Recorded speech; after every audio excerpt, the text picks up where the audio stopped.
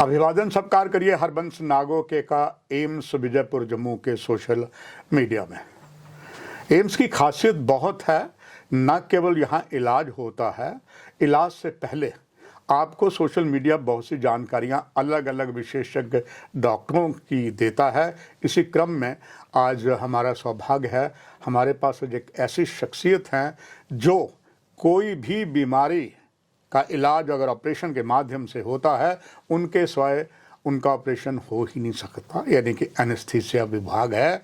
और सौभाग्य की बात यह है, जम्मू कश्मीर की ही रहने वाली डॉक्टर अलग अलग पदों पर कमान करके आजकल एनेस्थीसिया विभाग एम्स विजयपुर जम्मू में है। इनसे जानेंगे महत्वपूर्ण जानकारियां जो आपके लिए बहुत लाभप्रद होगी और कई मिथ जो हैं आज आपके इसमें समाप्त हो जाएंगे। डॉक्टर श्रुति जी, पहली बात धन्यवाद, बड़ा व्यस्त आपका समय था, आपने समय निकाला एम्स के सोशल मीडिया के दर्शकों के लिए।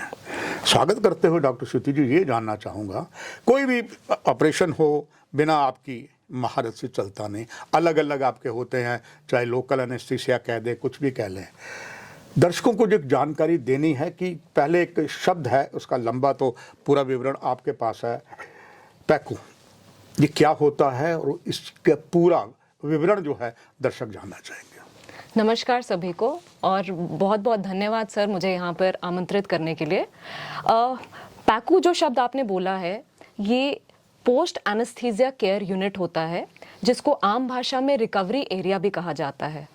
ये एरिया एक हॉस्पिटल के ऑपरेशन थिएटर कॉम्प्लेक्स का वो वाइटल हिस्सा होता है जो कि पेशेंट्स को ऑपरेशन के बाद तुरंत बाद पेशेंट्स को ऑपरेशन थिएटर से वहाँ पे शिफ्ट किया जाता है for the purpose of monitoring, ताकि जो पेशेंट्स हैं जो एनेस्थीसिया और सर्जरी के बाद पूरी तरह होश में आ जाएं, स्टेबल हो जाएं, उनके जो वाइटल पैरामीटर्स हैं वो पूरी तरह स्टेबल हो जाएं, उन्हें कोई तरह की इमीडिएट पोस्ट ऑप कॉम्प्लिकेशन ना हो और उन्हें कंप्लीट तरीके से पेन रिलीफ मिले।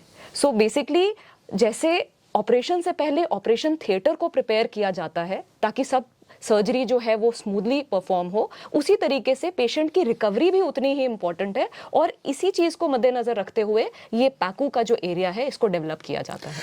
डॉक्टर श्रुति, एक आम थोड़ा मिथ सा है कि पैको में है आईसीयू है, कई कहते हैं पेशेंट ऑपरेशन हो गया उसे ले आए जी, बाहर ले आए हैं, मगर वो कहते हो आईसीयू में है। और पैको का शब्द जो है मैं समझता हूँ पहली बार एम्स विजयपुर के माध्यम से जनता को जा रहा है, इसमें क्या फ़र्क है? जी सर, ये बहुत इंपॉर्टेंट प्रश्न आपने पूछा है सर, बिकॉज ज़्यादातर ये धारणा रहती है कि पेशेंट्स को इतनी जानकारी नहीं होती है, उनके अटेंडेंट्स को, और बड़ी बार ये देखा गया वो सोचते हैं कि पेशेंट ऑपरेशन तो उनका हो गया था बट पेशेंट अभी तक बाहर नहीं आया, या पेशेंट आईसीयू में है या कहाँ पे है, अभी वार्ड में तो शिफ्ट नहीं हुआ है। सो मैं कहना चाहूँगी कि पोस्ट एनेस्थीसिया केयर यूनिट जो होती है वो एक टेम्पररी मॉनिटरिंग एरिया होता है जहाँ पे पेशेंट को इमीडिएट मॉनिटरिंग दी जाती है आफ्टर द सर्जरी। और जो आईसीयू होता है that is a area in the hospital which is for the critically ill patients, जिनको एक लंबे समय के लिए जहाँ पे मॉनिटर किया जाता है, उनको ऑब्जर्व किया जाता है और उनको अप्रोप्रिएट ट्रीटमेंट दी जाती है। So PACU area is mostly related to the post operative recovery, जबकि ICU is related to a prolonged ill patients जिनको बहुत ज़्यादा मॉनिटरिंग और अच्छे इलाज की ज़रूरत है। डॉक्टर श्रुति, एक चीज़ और इसमें देखने में आती है, वो ये है कि एनेस्थीसिया अलग अलग होता है। कोई भी एनेस्थीसिया, एक कहते हैं जी कि एक पार्ट में है वहाँ कर देते हैं, या उसको कुछ सुंघा कर पूरी बड़ी सर्जरी करनी होती है। इन सभी जो आप करते हैं अलग अलग एनेस्थीसिया, इन सभी पेशेंट को ऑपरेशन के बाद, एनेस्थीसिया देने के बाद, ऑपरेशन होने के बाद पैको में ही लाया जाता है या कहीं और लाया जाता है? जी डेफिनेटली सर, बिकॉज क्या होता है कि जब भी किसी पेशेंट को, चाहे वो रीजनल एनेस्थीसिया हो, न्यूरैक्सियल एनेस्थीसिया हो, जनरल एनेस्थीसिया हो या इनफैक्ट लोकल एनेस्थीसिया हो, कोई भी प्रकार का एनेस्थीसिया दिया जाता है और किसी भी प्रकार की सर्जरी क्यों ना हो, चाहे वो माइनर सर्जरी हो या मेजर सर्जरी हो, पेशेंट को ऑपरेशन के बाद पैकू एरिया में डेफिनेटली रखा जाता है। बिकॉज बहुत सारी ऐसी कंडीशंस होती हैं that during the intraoperative period also the patient needs monitoring, और पोस्ट ऑप पीरियड में भी कुछ वक्त तक पेशेंट को मॉनिटरिंग की ज़रूरत होती है। उसके पैरामीटर्स को मापना बहुत आवश्यक होता है। तो इसीलिए हर पेशेंट को पोस्ट एनेस्थीसिया केयर यूनिट में स्टेबल किया जाता है, उनको मॉनिटर किया जाता है, और जब एनेस्थीसियोलॉजिस्ट डिसाइड करता है कि patient is fit to be shifted, तभी पेशेंट वहां से डिस्चार्ज। डॉक्टर श्रुति, इस कार्यक्रम के शुरू में मैंने यही कहा कि बिना आपके बात चल नहीं सकती। कोई भी ऑपरेशन हो बिना एनेस्थीसिया के, जब तक आपकी इजाज़त ना हो। अक्सर कई बार देखा गया है, पेशेंट एक डॉक्टर के पास जाता है, कार्डो का है या किसी का है, किडनी स्टोन है, कुछ भी है, तो डॉक्टर कहते हैं जी कि आपको डायबिटीज है, कुछ है, हम आपका ऑपरेट करेंगे पर बिना एनेस्थीसिया के नहीं करेंगे। जब तक आप जैसे योग्य शख्सियत नहीं होगी तब तक ग्रीन सिग्नल नहीं दिया जाता।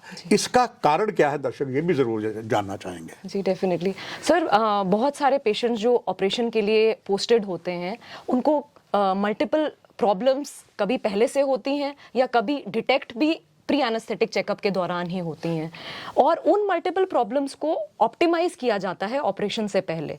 और इसीलिए वेरियस कंसल्टेशंस, जैसे कि आपने बताया एंडोक्रिनोलॉजिकल कंसल्टेशन या कोई neurology consultation, because multiple problems में पेशेंट्स को ऑप्टिमाइज करना बहुत ज़रूरी है, क्योंकि एनेस्थीसिया देना होता है पेशेंट को। Patient is going through a lot of stress that time. Anesthesia, surgery is again a stress factor for the patient. So just to tide over all these situations and to optimize the patient to the best of the ability, to our ability, हम patients को optimize करते हैं और fit कर देते हैं ताकि patient जो है anesthesia में स्मूथली जा सके और वहां से स्मूथली बाहर भी आ सके। डॉक्टर श्रुति जी, ऑपरेशन के बाद एको में लाया गया, उसको कितना अवधि जो है उसको वहाँ रखने पड़ती है? कई बार बाहर जो पेशेंट होते हैं, अटेंडेंट होते हैं, जी उस फलां का ऑपरेशन हो गया, फटाफट बाहर आ गया, फलां का बहुत देर लगी, तो इसका ये भी एक मिथ बना हुआ है। मैं चाहूंगा इस बारे दर्शकों को ज्ञान दें। डेफिनेटली सर, ये बहुत रेलेवेंट क्वेश्चन है as far as the common people are concerned sir, because हर पेशेंट एक जैसा नहीं होता और हर पेशेंट की सर्जरी या उसकी जो प्रॉब्लम्स हैं, उसकी डिजीजेस हैं, वो भी एक जैसी नहीं होती। सो पेशेंट जो है पैकू एरिया में 15 से 20 मिनट से 2-3 घंटे तक भी रहते हैं, और ये एक बड़ी नॉर्मल चीज़ है, इसमें कोई भी घबराने वाली बात नहीं होती, because PACU is one area जहाँ पे हम फुली अपने को इक्विप्ड रखते हैं to handle each and every complication which we anticipate. तो और हम पेशेंट को तभी शिफ्ट करते हैं टू द वार्ड और वी डिस्चार्ज द पेशेंट जब एनेस्थेसियोलॉजिस्ट डिसाइड करता है। There are various scoring systems. जब हम डिसाइड करते हैं, जैसे कि हम एक मॉडिफाइड एल्ड्रेट स्कोर होता है जिसमें हम पेशेंट्स की कुछ 5 वाइटल साइंस हैं जिनको हम मॉनिटर करते हैं, जैसे कि पेशेंट की सर्कुलेशन, पेशेंट का रेस्पिरेशन, पेशेंट की एक्टिविटी, पेशेंट की कॉन्शियसनेस, पेशेंट की ऑक्सीजन सैचुरेशन। इन सब पैरामीटर्स को हम स्कोर करते हैं 0 से 2 तक, और मैक्सिमम स्कोर जो होता है इसका 10 होता है। Any score which is 9 and above, जो भी 9 से ऊपर वाला स्कोर होगा, that means the patient is fully fit to be shifted to the ward. और बिलो दैट अगर पेशेंट का स्कोर हुआ based on these 5 parameters, so patient still needs to be stabilized and to be monitored till the time patient is optimized with the best scoring system. Doctor Shruti ji, everybody knows ये AIIMS Vijaypur बुलंदी पर पहुंच रहा है, कमान doctor professor शक्ति गुप्ता जी के पास है। यहाँ जो मैंने अक्सर देखा है, सिर्फ आप ऑपरेशन ही नहीं करते, एनेस्थीसिया नहीं देते, ज्ञान भी देते हैं, बांटते हैं, बाकायदा पूरी अलग अलग प्रेशर कोर्स होते हैं जो कि अक्सर और जगहों पर कम होते हैं या ना के बराबर होते हैं, वो भी एक नॉलेज मिलती है। तो जब आप किसी का भी जब एनेस्थीसिया देते हैं, या जो सर्जन होता है वो भी पहले पेशेंट को या उनके अटेंडेंट को कुछ ना कुछ तो कहता होगा ताकि पूरा कॉन्फिडेंस में होगे। वो क्या आप लोग उसको एक तरीके कह ले के एक मंत्र देते हैं कि वो बिल्कुल मंत्र लेकर प्रसन्न हो जाए? जी सर। सर बेसिकली कोई भी जब सर्जरी होती है, उस सर्जरी से पहले पेशेंट प्री एनेस्थेटिक चेकअप करवाते हैं, उनके साथ उनके अटेंडेंट्स अकम्पनी करते हैं, पेशेंट को पीएसी में ऑप्टिमाइज किया जाता है, फिर पेशेंट वार्ड में एडमिट होते हैं। वार्ड में भी पेशेंट को फॉलो किया जाता है एनेस्थीसिया पॉइंट ऑफ व्यू से और सर्जरी पॉइंट ऑफ व्यू से, और एक रात पहले पेशेंट को प्री एनेस्थेटिक विजिट की जाती है, जहां पे पेशेंट्स को प्री मेडिकेशन, उनकी फास्टिंग स्टेटस और हर एक वो ज़रूरी चीज़ कौन सी दवाई लेनी है, कौन सी ओमिट करनी है, हर एक वो ज़रूरी चीज़ उनको समझाई जाती है, उनके अटेंडेंट्स को बताई जाती है, कितना एंटिसिपेटेड टाइम उनकी सर्जरी में लगेगा, कितना ब्लड उनको रिक्वायर्ड होगा, क्या पेशेंट को पोस्ट ऑप पैकू में रखने की ज़रूरत होगी, क्या पेशेंट को आईसीयू की ज़रूरत पड़ेगी। ये सब चीज़ें पेशेंट्स को और उनके अटेंडेंट्स को समझाई जाती हैं in the form of a consent. तो वो कंसेंट जो है पेशेंट से एक रात पहले उनको सारा समझाया जाता है, and then on the day of surgery we take a valid informed consent from the patient, their attendants, and we make them fully aware of what all is going to happen to the patient. So patient is knowing कि मेरा journey कैसे रहेगा। And doctor श्रुति, निकला पैको से हो, ward में आ गया, इसके बाद कब तक उसे डिस्चार्ज किया जा सकता है, इफ ऑल गोज वेल? जी sir, that depends upon the type of surgery of the patient और उसको किस तरीके का एनेस्थीसिया दिया गया है। बहुत बार होता है कि थोड़ी सी काफ़ी मेजर सर्जरी हुई है तो हम पेशेंट्स को पोस्ट ऑप एनाल्जेसिया के लिए हम कैथेटर्स डालते हैं, एपिड्यूरल कैथेटर डालते हैं या रीजनल हम कैथेटर्स उनको डाल देते हैं, और फिर उसके बाद वो 2-3 दिन तक पेशेंट को पेन रिलीफ देता है।